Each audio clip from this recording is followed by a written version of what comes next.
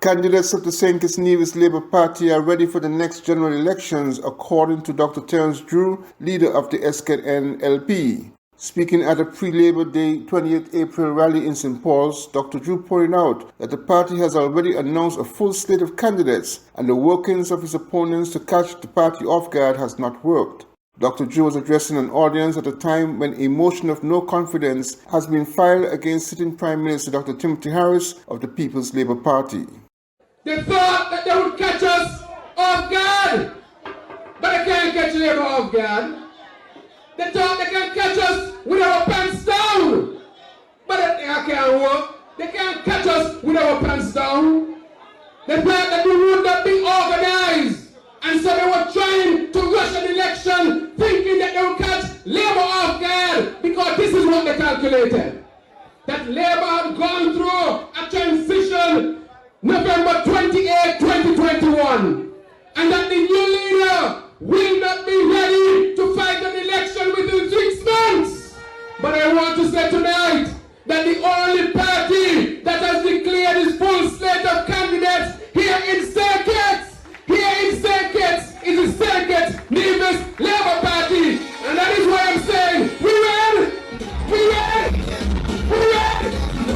Over the past months, the SKN LP has been engaged in several party-strengthening exercises as they prepare for the elections that might come sooner than scheduled. Glenn Bart reporting for SKN Newsline.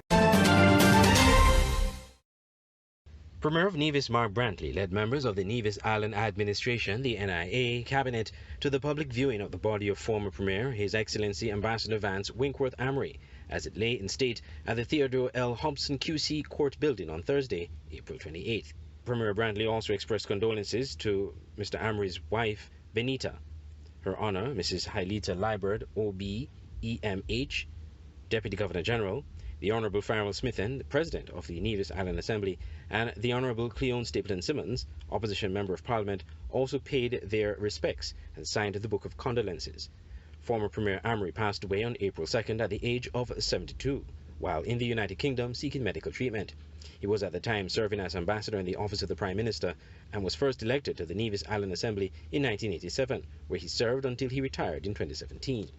He was also elected to the National Assembly of St. Kitts and Nevis in 1989 and served as a federal parliamentarian until 2020. He served 2 terms as Premier of Nevis from 1992 until 2006 and again from 2013 until 2017. He has been recognized by many for his distinguished service to Nevis and the Federation of St. Kitts and Nevis. His body will continue to lie in state on Friday, April 29th, after which there will be a state funeral at the El Comido Willett Park on Saturday, April 30th. I'm Andre Huey for SKN Newsline.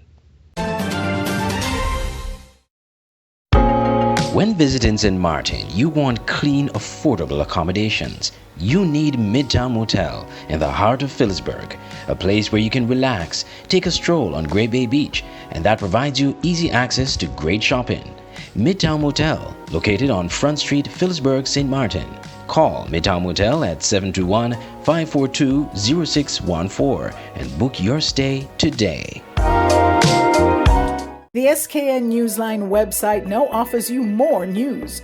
Log on to www.sknnewsline.com for local, regional, and international news. You can also watch the latest newscast and keep abreast with news in sports, all from sknnewsline.com. That's www.sknnewsline.com. News at your fingertips.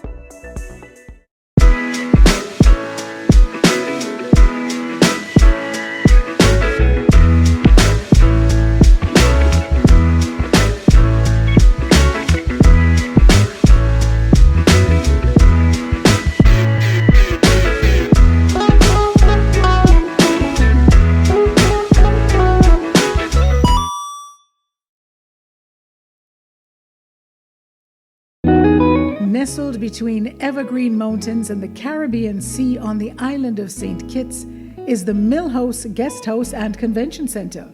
With breathtaking views, a rugged, beautiful shoreline, and immaculate manicured gardens make this the perfect location for your holiday, event, or wedding. with a large convention center, apartments with balconies providing stunning views, and a secluded cottage for larger family groups or honeymooning couples looking for some privacy. We have something for everyone. Book your stay at www.millhouseskn.com or visit our Facebook page, the Millhouse Guest House and Convention Center, an oasis of tranquility.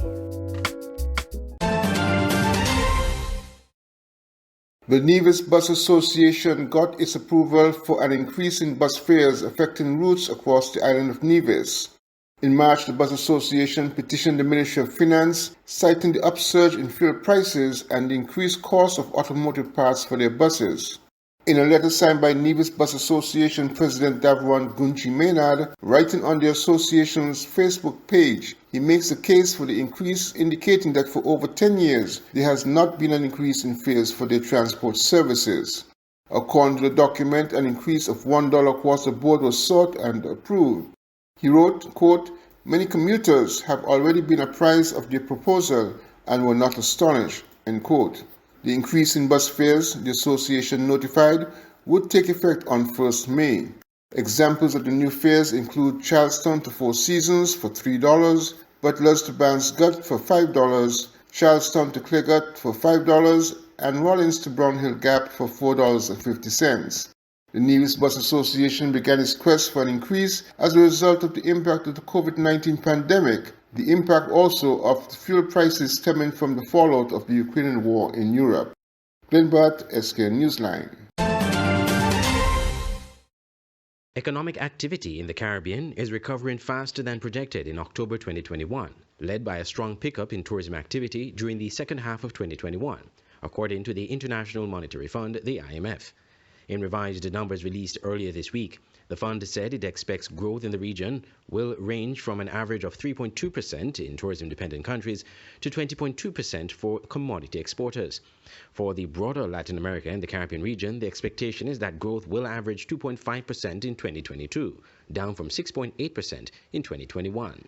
Ilan Golfan, director of the Western Hemisphere Department at the IMF, said Latin America's growth rebound from the pandemic was strong, but was poised to slow even before the war in Ukraine. The expectation is that prices could rise by about 11.2% in the region as food and fuel costs rise. In Jamaica, inflation is projected at 8.5% this year by the IMF. In Haiti, it is expected to reach 25.5%, while consumers in Suriname are expected to see prices rising by 38.9%. Venezuela continues to record the highest increase in prices in the region, with the IMF projecting prices will rise in that South American country by 500%. So far, policymakers across the region have reacted decisively by tightening monetary policy and implementing measures to soften the blow of higher food and energy prices on the most vulnerable, thus mitigating the risk of social unrest.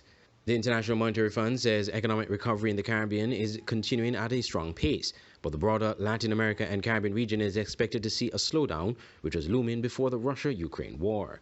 These actions, together with the hard-won credibility, have allowed them to keep long-term inflation expectations anchored. This is important for stability and predictability. Central banks will still need to remain vigilant and continue taking decisive actions, if needed, to keep long-term inflation expectations in check, the IMF warns. But the news was not all bad for the region. Golfan told journalists that higher prices for commodities can be an opportunity to boost economic activity for net commodity exporters. Audrey Huey, SKN Newsline.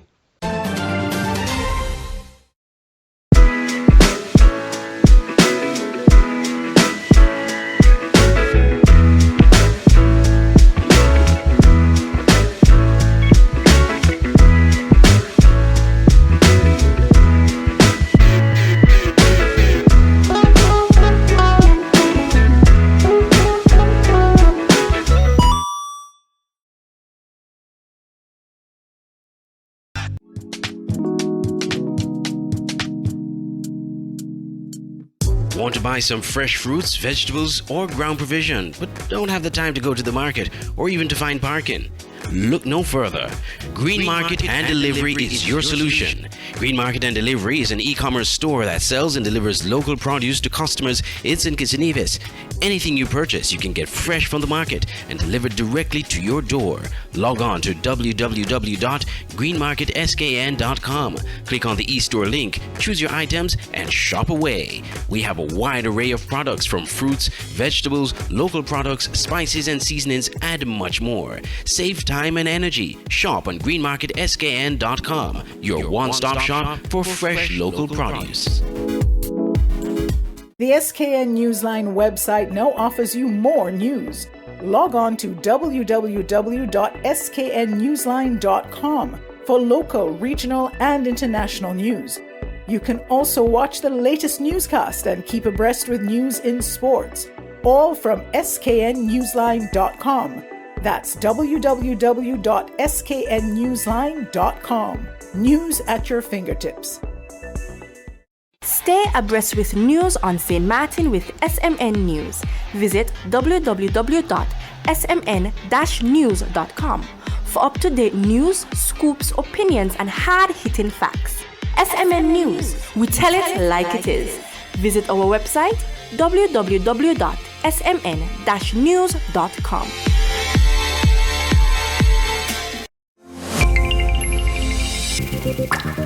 An open interactive event can be described as tremendous, effective, on par with any conference around the world.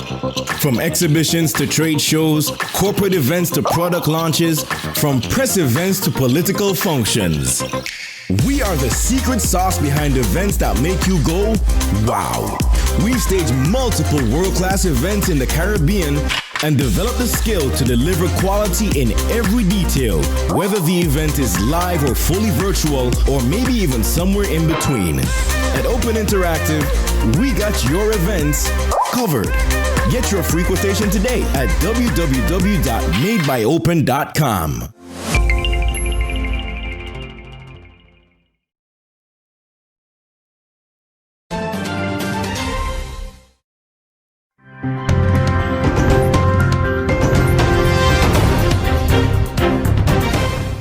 In other news this evening, government officials not alone in their concern over that recent U.S. travel alert. Similar reaction from the top brass of the police force, who have vowed to put initiatives in place to assure the country's safety.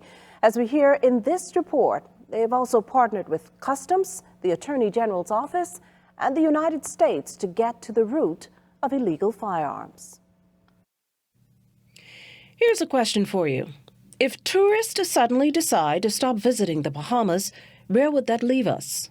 Not in a very good place, considering that's a death blow to the top industry and, by extension, the local economy. That then explains Acting Commissioner of Police Clayton Fernandez's serious concern over the U.S. Embassy's recent travel advisory to its citizens. That advisory cautions Americans to exercise vigilance, and this particularly in light of its residents recently reporting 4 armed robberies. Fernandez confirming during Tuesday's press briefing that a few tourists were robbed at a golf course. And we will not stand by and let a handful of individuals destroy our country. And Bahamian people have to understand, we may say, yes, or they're the criminals who killing up one another. No, the picture is bigger than that. It's a country that they are destroying. Many would agree that there are no truer words, considering that while the incidents may have been isolated to New Providence, the entire country suffers. When asked if there was something that could be done to avoid the tourism fallout for Family Island communities, Fernandez says those issues are being addressed. Now, as for the culprits behind armed robberies targeting residents, based on our intel, it's multiple individuals, and we look at it based on the trends and then the description. Yes, you have 1 or 2 groupings based on the trend, and when we interview victims and based on description or maybe footage, you could see based on the description on the footage, it may connect to another matter. The whole issue of armed robberies again pushing to the fore the question of where are these guns coming from and what authorities are doing to put an end to it. There's a lot of initiative we have in place. We are focusing too on a number of the family islands where we believe that they are coming in through family islands and then make its way here to the capital where most of the high crime areas is. So we are clogging the area. We have our hands on the pulse, and you will continue to see individuals go into court, and that's why we are meeting with the DPP office with our laws so that we could go at them with trafficking. In less than a month, officers have seized 13 firearms, including high-powered rifles, along with more than 250 rounds of ammunition. Good evening and welcome to the Business Day. I am Vashan Brown. Jamaica's tourism industry is piggybacking on news from the United States, suggesting that the country is out of the pandemic phase. According to senior strategist in the tourism ministry, Delano Seabright, plans have been set in motion for tourism arrivals to hit close to pre-pandemic levels in the summer. Jamila Maitland reports. The ripple effects of leading disease prevention expert in the United States, Dr. Anthony Fauci's statement is already sending waves of optimism through Jamaica's tourism industry. We are certainly right now in this country out of the pandemic phase. Namely, we don't have 900,000 new infections a day and tens and tens and tens of thousands of hospitalizations and thousands of deaths. But what does this mean for Jamaica? What it will do is continue to encourage the removal of travel restrictions and other things that have held back the true growth of tourism and the movement of people globally. And this means that more people will feel comfortable traveling to Jamaica. Delano Seabright is a tourism advisor for the government. He explained that the number of bookings to Jamaica for the summer was already rivaling pre-pandemic levels. Now, it may get even better. We expect a robust summer that may very well challenge the summer of 2019, which is the last real year we had prior to COVID. But there are concerns about a possible spike in COVID cases as more restrictions are relaxed. The government removed the testing requirement for visitors recently. However, Mr. Seabright says majority of the visitors to Jamaica are vaccinated. About 60% of Jamaica's main tourism market, the United States, received the jab. As for Jamaica, that figure remains under 30%. And with the new variants of the Omicron, BA1 and BA2 detected in Jamaica, both of which are highly transmissible, the tourism advisor is again urging Jamaicans to get vaccinated. If we want to move on faster, we need more people to become vaccinated, and we need more people to ensure that they exercise tremendous personal responsibility, especially those who are at the higher risk. Jamila Maitland, TVJ News.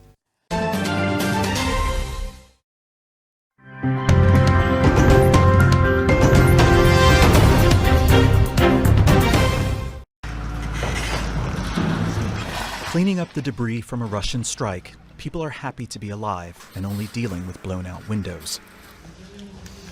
Thursday's explosions in Kyiv were loud, close, and unexpected.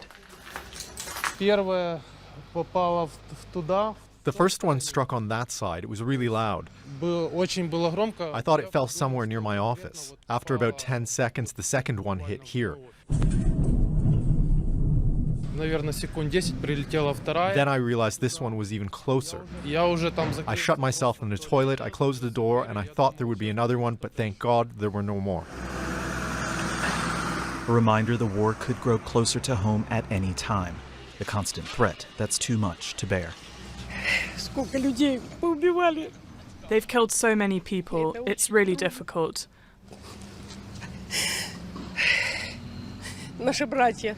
Our brothers, thanks to them for our freedom. They won't leave anything standing. I can't take it anymore. Russia's defense ministry called it a high-precision strike on a space rocket facility in the heart of the capital. It was the first time the city was hit in several weeks, and happened less than an hour after UN Secretary General Antonio Guterres wrapped up a news conference with the Ukrainian president. Proof, says Zelensky, that nothing can be negotiated with Russia without security guarantees. This says a lot about Russia's true attitude towards global institutions, about attempts of Russian authorities to humiliate UN and everything that the organization represents. Therefore, it requires corresponding powerful reaction. Rescue workers recovered one body from rubble beneath the residential tower block as cleanup operations began on Friday. The U.S.-funded Radio Liberty says a producer was killed by the strike. 10 people were treated for injuries. The mayor says safety cannot be guaranteed. Kiev's still a dangerous place, and this Kiev still the target of Russians. The attack shattered a relative calm which had drawn many residents back to the city. No one knows what missiles, bombs, or other messages could be sent by Russian forces, regardless of who's in town. Andrew Chappelle, Al Jazeera.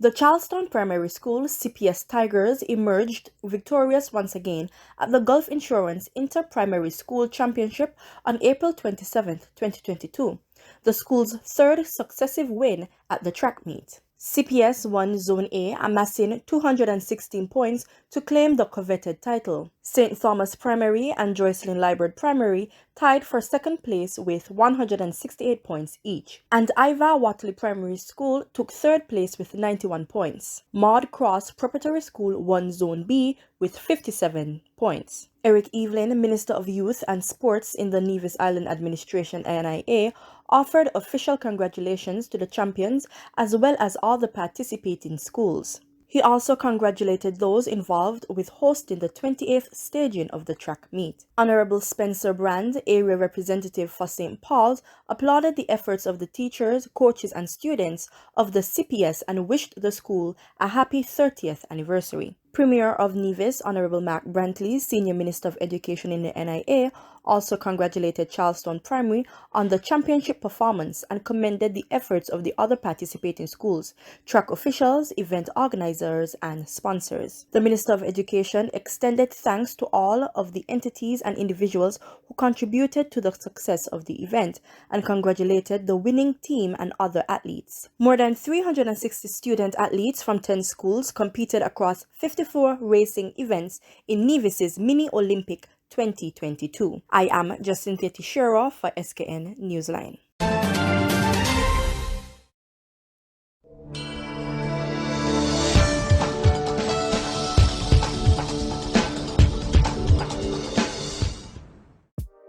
Welcome to the SKN Newsline Weather Report. I am Janil Boone. Here is a look at the 4-day forecast for St. Kitts and Nevis.